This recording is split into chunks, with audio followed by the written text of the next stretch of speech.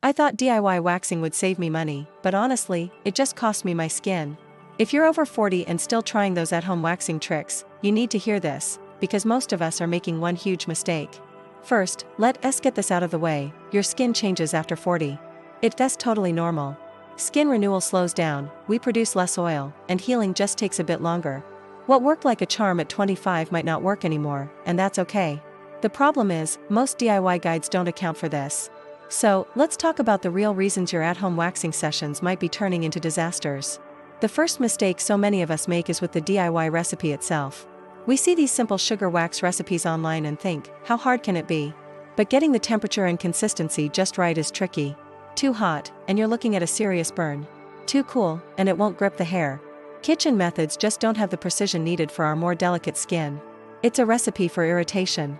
And speaking of sugar wax, it's not always the gentle hero it's made out to be. The effectiveness completely depends on the sugar-to-water ratio. If you overcook it, the sugars break down and lose their grip. The pull strength is crucial, and if it's not right for your skin, which is likely thinner now, it can do more harm than good. It's a classic case of a good idea being misunderstood. Then there's the issue of adding things like lemon juice or vinegar. I know, it's in a lot of homemade recipes. But that acid actually weakens your skin's natural barrier. This not only makes the waxing process sting more but also slows down healing and can even trigger post-inflammatory hyperpigmentation, those little dark spots we all want to avoid.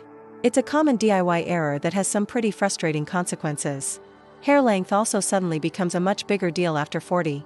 Why? Because our skin has less elasticity. If the hair is too short, the wax grabs and pulls at the skin instead of the hair. Ouch. If it's too long, you get uneven removal and have to go over the same spot again, causing more irritation. It's a small detail with a huge impact on your comfort and results. Timing really is critical. Here's the single biggest game changer, the one prep step that changes everything: supporting your skin barrier before you even think about hair removal. Most DIYers skip this. Your skin needs to be calm and hydrated.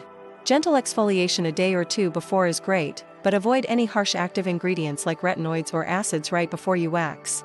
Calm skin means a less painful experience and a much happier recovery. And let's circle back to temperature, because it is everything. The myth is that hotter wax works better, but that's completely wrong. Warm wax is what you want. It's just enough to soften the follicle and grip the hair. Overheating doesn't just risk a burn, it damages the delicate proteins in your skin.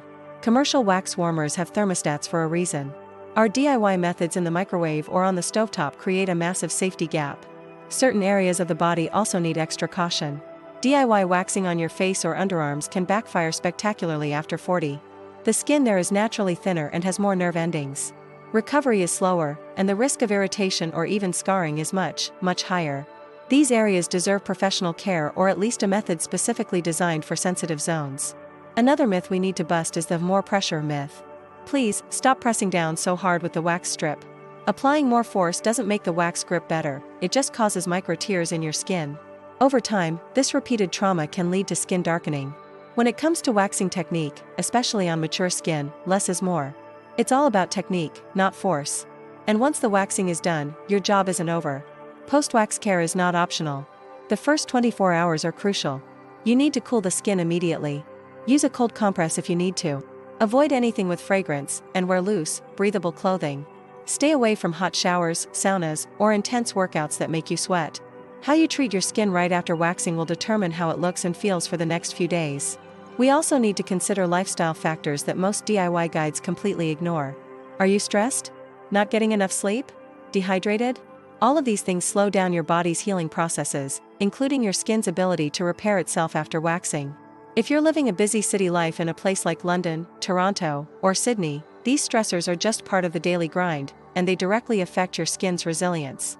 So why does DIY waxing seem to work for some people and not for others? It comes down to genetics, hormonal shifts, and individual skin thickness. There is no one-size-fits-all solution. Comparing your results to someone else's online is a recipe for feeling bad about your own skin, and that's the last thing we need. Does this mean you have to give up DIY waxing completely? Not necessarily. If you want to stick with it, maybe limit it to less sensitive areas like your legs. Always do a patch test with any new formula. Stick to gentle, professionally formulated waxes if you can, and never, ever skip the skin prep. Knowing and respecting your limits is key. But there are definite signs that it's time to stop DIY waxing. If you're getting repeated redness that lasts for days, a persistent burning sensation, or you're noticing dark patches forming, your skin is sending you a clear signal. If it's taking longer and longer to heal, that's your cue. Your skin is asking for help, and it's time to listen. What I learned the hard way through all my own DIY disasters is that our skin deserves respect as it changes. It's about being less aggressive and more prepared. The focus should always be skin first, hair second. A calm, gentle approach will always beat a quick, harsh one. Remember, your skin isn't failing you, it's changing. And it deserves gentler, kinder care. Thanks for watching. If you want to know more about my journey, check out my next video on why hard wax specifically ruined my skin after 40 and the lessons I took away from it. Don't forget to subscribe for more tips on caring for your beautiful, changing skin.